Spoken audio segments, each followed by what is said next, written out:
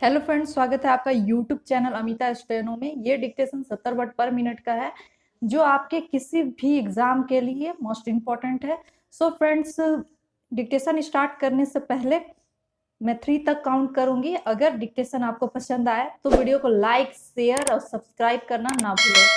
तो चलिए 1 2 3 स्टार्ट।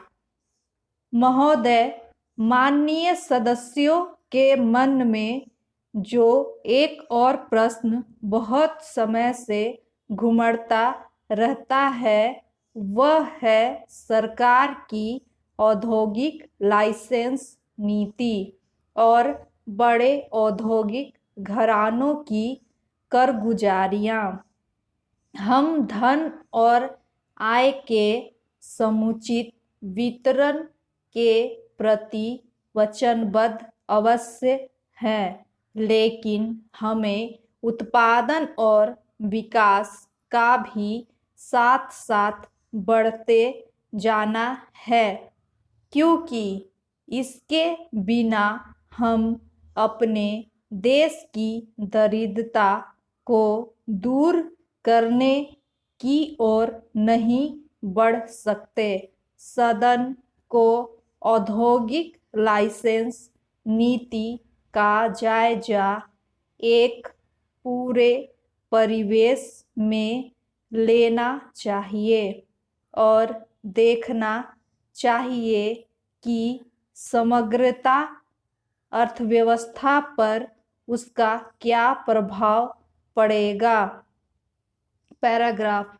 हमने लघु उद्योगों के लिए एक बड़े क्षेत्र को सुरक्षित रखा है तथा छोटे व मध्यम उद्यमियों के लिए उससे भी बड़ा क्षेत्र खुला छोड़ा है।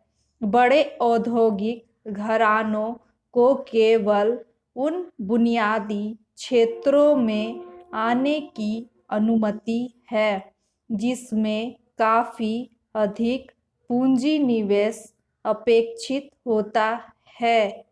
यदि आज सार्वजनिक क्षेत्र के प्रबंधकीय, वित्तीय तथा तकनीकी साधन असीमित होते तो अवश्य ही मैं तत्काल यह निर्णय ले सकती थी कि इस क्षेत्र को पूरी तरह से सार्वजनिक क्षेत्र के लिए सुरक्षित रखना चाहिए और बड़े औद्योगिक घरानों का कोई लाइसेंस नहीं दिए जाना चाहिए।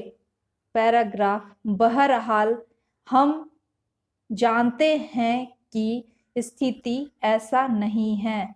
सार्वजनिक क्षेत्र का काफ़ी विस्तार हुआ है और हम उसका इस हद तक निर्माण करना चाहते हैं कि वह हमारी अर्थव्यवस्था में सर्वोपरि प्रभाव डाल सके। लेकिन बुनियादी क्षेत्रों के मामले में जिन्हें सार्वजनिक क्षेत्र वित्तीय या तकनीकी या अन्य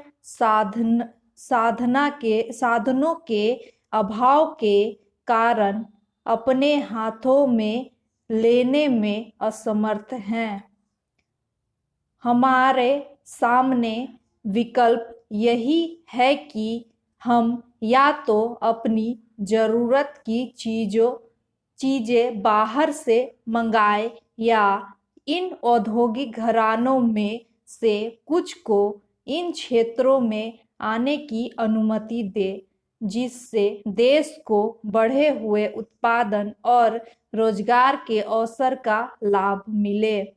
ऐसा कोई निर्णय नहीं लिया गया है जो औद्योगिक लाइसेंसिंग नीति के विरुद्ध हो और सरकार के पास ऐसे पर्याप्त अधिकार है कि वह बड़े औद्योगिक घरानों को दिशा दे सके जिससे कामों को नियंत्रित कर सके और यह सुनिश्चित कर सके कि वे राष्ट्रीय हित में काम करें। हम इस समस्या पर लगातार विचार करते रहते हैं। प्रत्येक मंत्रालय को हमारा यह निर्देश रहता है कि इस घरानों को राष्ट्रीय हितों के अनुकूल काम करना चाहिए। अभी तक योजनाओं और राष्ट्रीय नमूना सर्वेक्षणों में आंकड़े दिए जाते रहे हैं। तो फ्रेंड्स, ये 70 वर्ड पर मिनट का डिक्टेशन था। उम्मीद करती हूँ कि वीडियो आपको पसंद आए होंगे। अगर वीडियो पसंद आए तो लाइक, सब्सक्राइब और शेयर करना ना भूलें।